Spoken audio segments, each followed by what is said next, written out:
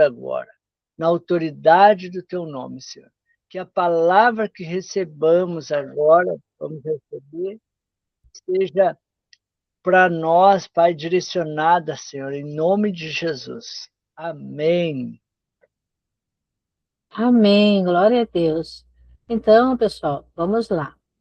Vejam só que interessante, ó. A primeira coisa que é importante nós saber, hoje nós estamos no segundo dia, onde nós estamos entrando no mês de abril. Mas a gente não está focando no mês de abril, a gente está focando no que nós vamos encontrar. Nós estamos indo em direção à Pessa, à Páscoa, a um período de posicionamento e libertação. E aí, antes da Páscoa, o foco principal da oração, por isso estamos nos reunindo, é para que a gente tenha convicção que a gente precisa retirar da gente o fermento. A Bíblia fala do fermento dos fariseus. E isso nada mais é do que tudo aquilo que contamina a gente, aquilo que vai colando na vida da gente, aquilo que vai craquelando a gente, sabe? Às vezes é as companhias, às vezes são os palavrões, às vezes são as raivas, as angústias, o não concordo, é muita coisa. Então, existe algo bem, bem especial e bem importante. Quem pegou 1 Coríntios 5:7 pode ler, por favor. Foi eu. Tá.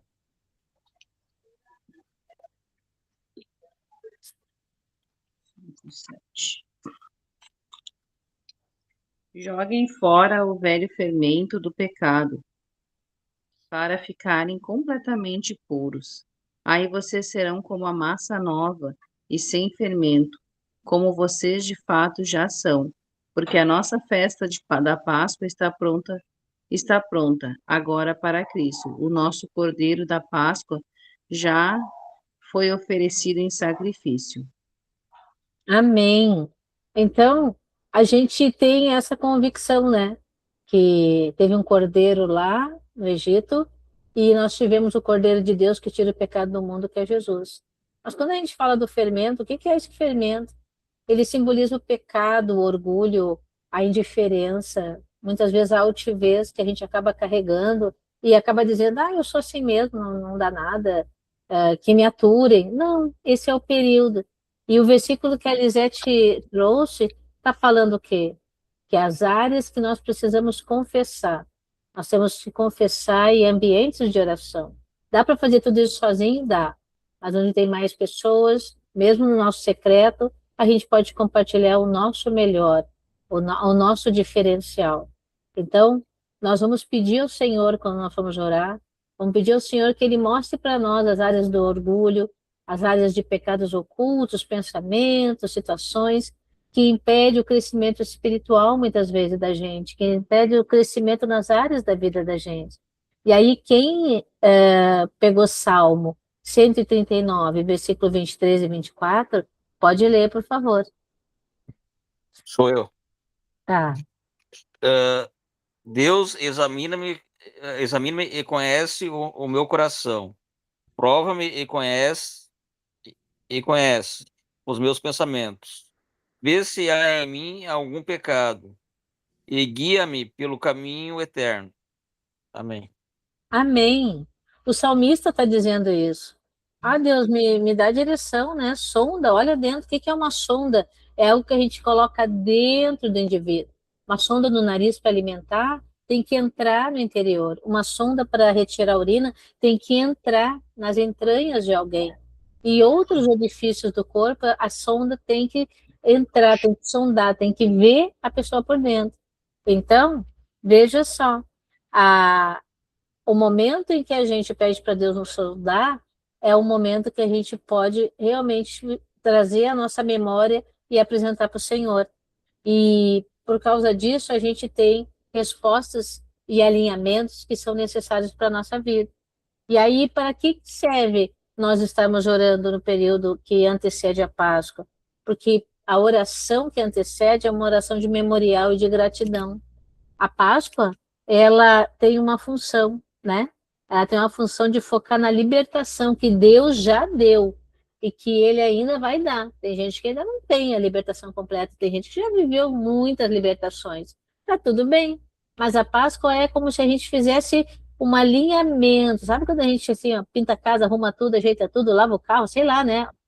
Tá limpinho, tá cheirosinho, tá organizadinho, a gente diz, ai, tá tudo certo, tô bem, tá tudo acontecendo bem.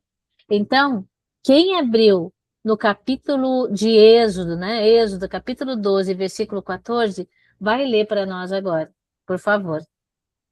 Fui eu. Diz assim: comemorem esse dia como festa religiosa para lembrar que eu, o Senhor, fiz isso. Você e os seus descendentes devem comemorar a festa da Páscoa para sempre. Isso.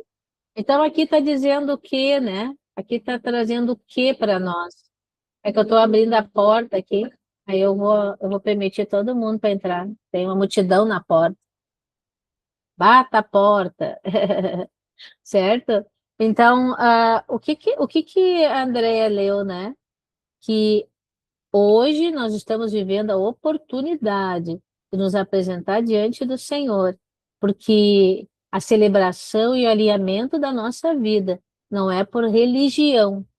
Aqui fala a palavra, né, religiosidade, porque é a tradução dessa Bíblia, mas não é porque nós temos uma religião, é porque nós temos um Deus que entregou o Filho dele, morreu na cruz do Calvário, nos deu capacidade de falar do amor de Deus para as pessoas, nos deu capacidade de lutar pelo que a gente precisa, de trabalhar, de conquistar, de mudar a história, de amar pessoas, de abraçar pessoas, de andar com pessoas, de contar a nossa história, mas isso precisa que a gente tire o fermento do orgulho, tire o fermento da avareza, do ódio, de tantas coisas, né, que é o pecado.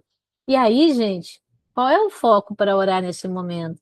É de agradecer pelo Cordeiro de Deus que tira o pecado do mundo, que é Jesus, e declarar que o sangue de Jesus é a proteção sobre a nossa casa, a nossa família, como foi lá no Egito, nos umbrais da porta daquele povo que estava preso por 430 anos e que ia sair de um ambiente de escravidão para um ambiente de liberdade que não foi molezinha, né?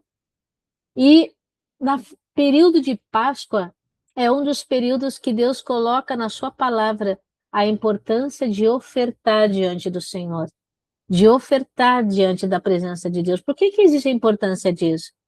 A palavra de Deus, ela diz para gente que ninguém deve se apresentar diante do Senhor com as mãos vazias. E aí eu convido quem separou Deuteronômio 16 e 17 a ler, por favor. Vamos ver. Foi a pastora Paulina. Ela vai abrir o microfone e vai ler. Amém. São estas 3 ocasiões em que todo homem israelita deverá apresentar-se na presença de Deus, no lugar em que ele tiver escolhido para nele ser adorado. Primeira, festa da Páscoa.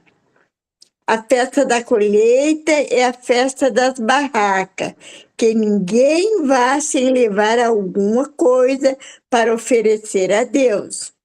Porém, cada um deve fazer a sua oferta de acordo com as bênçãos que o Senhor nosso Deus lhe tiver dado. Amém. Amém. Então, né? O que a gente está vendo aqui? A minha tradução diz assim, ó, 3 vezes no ano, todos os teus homens, todos os teus varões aparecerão diante o Senhor teu Deus e não aparecerão vazios, de mãos vazias diante do Senhor. Por que é falado isso? Porque aqui a figura do homem, ela é muito importante. Hoje nós temos muita diferença. Hoje as mulheres não precisam dos homens para ofertar, elas vão lá e ofertam.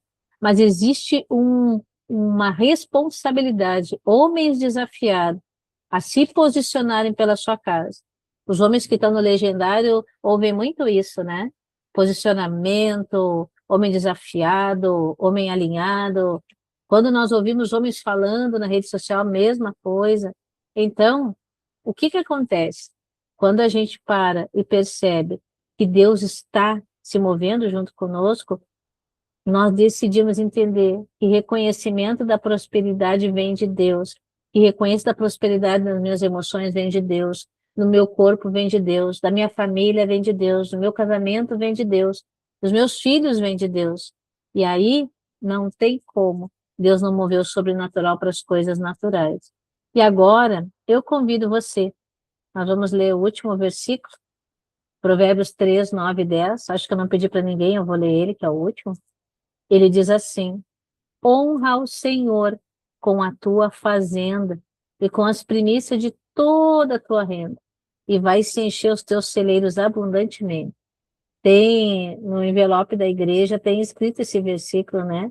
Honra o Senhor com os teus bens, honra o Senhor com tudo que tu tem, honra o Senhor.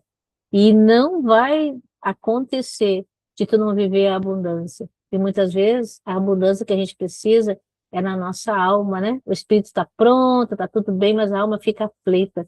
E quando nós nos posicionamos, isso move a mão de Deus. Nós temos o poder de mover a mão de Deus com oração, com ofertas, com atitudes, com arrependimento. Então agora vamos começar a oração. Eu vou orar, e aí cada um vai poder orar. Para não acontecer que nem ontem, cada um já pode ir levantando a mãozinha, né? Aprender a levantar a mãozinha, aí os rapidinhos já levanta a mão que sabe que é o próximo, né? Vai ficar uma ordem. Eu vou orar primeiro, e aí enquanto estiver orando, você vai apresentando para o Senhor a sua vida, aquilo que você tem entendido. Isso que eu fiz até aqui não foi legal. E se não foi legal, eu posso considerar algo que é uma transgressão. Uma transgressão é ultrapassar uma lei, é ultrapassar um regulamento. E dentro da palavra de Deus, isso é como se fosse a palavra pecado, transgressão. Ninguém peca porque quer. Muitas das transgressões não foram assim planejadas, né? E aqui é o lugar de nós remover, de nós apresentar para o Senhor. E como o microfone está desligado, você vai poder orar descansado, porque ninguém aqui no grupo vai ouvir nada. Vamos orar? Pai, em nome de Jesus, nós oramos agora em unidade, nós oramos agora com graça, sabedoria, mas também, Senhor, com o coração cheio da tua humildade. Senhor, nós confessamos diante de ti todo o orgulho, Senhor. Um dia Naamã disse: meu Deus, quebra o meu orgulho, eu quero descer nessa água, que nem é a água tão maravilhosa da minha terra, e eu tenho que descer 7 vezes nessa água, meu Deus. E essa água é suja em relação à minha terra, aquela água cristalina, maravilhosa.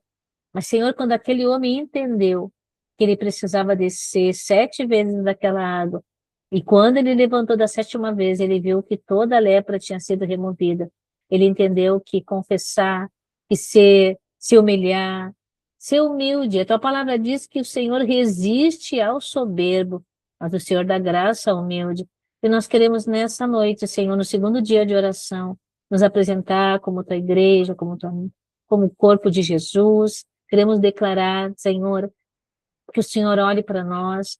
Queremos confessar, Senhor, pecados ocultos, há pecados que nem sabemos se cometemos, pedimos perdão por nós, pelos nossos pais, pelos nossos antepassados, que não adoraram ao Senhor, que não serviram ao Senhor, que fizeram pouco caso do Senhor, que trataram com negligência a tua presença, que até mesmo odiaram o Senhor. Nós pedimos perdão como descendentes, Senhor, como descendentes desses antepassados, pais, avós, bisavós.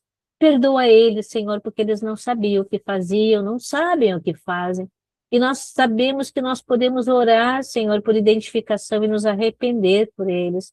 Da mesma forma, Senhor, som do nosso coração, som do nosso coração, som do nosso bolso, som da nossa mente, todas as áreas, Senhor, que têm importância e relevância dentro de nós. Nos perdoa, Senhor, quando somos grosseiros e agressivos com as pessoas mais importantes da nossa vida e da nossa casa, com as pessoas que precisam ser tratadas com maior e melhor cuidado de excelência.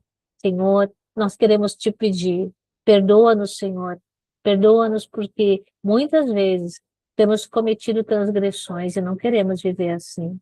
Senhor, da mesma forma, quando cada um estiver orando, apresentando aquilo que vai vir no seu coração, um familiar, a sua própria situação, orando pelas cidades, orando pelo Estado, orando pelo Brasil, orando pelas nações, orando pela sua própria rua, pelo seu bairro, orando, Senhor, pela igreja, pelo corpo de Jesus nessa terra. A Deus dê-nos sabedoria. E que cada um aqui que vai orar, que não ore por si mesmo, mas que ore pelo Senhor. Porque a tua palavra diz que porque dele e por ele, para ele são todas as coisas, e ele é o Senhor. Que assim seja, Senhor, em nome de Jesus. Amém. Quem é o primeiro que vai dar continuidade? Daí eu fecho meu microfone.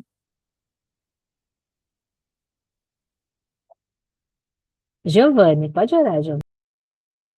Senhor meu Deus, aproveitando a festa de Páscoa, meu Deus, que todos nos conecte mais ao Senhor, meu Deus, nos alinhando, nos perdoando dos nossos pecados, meu Deus, nos deixando íntegro, meu Deus, que a gente possa, meu Deus, cada vez mais, meu Deus, estar na sua presença, seguindo os mandamentos, meu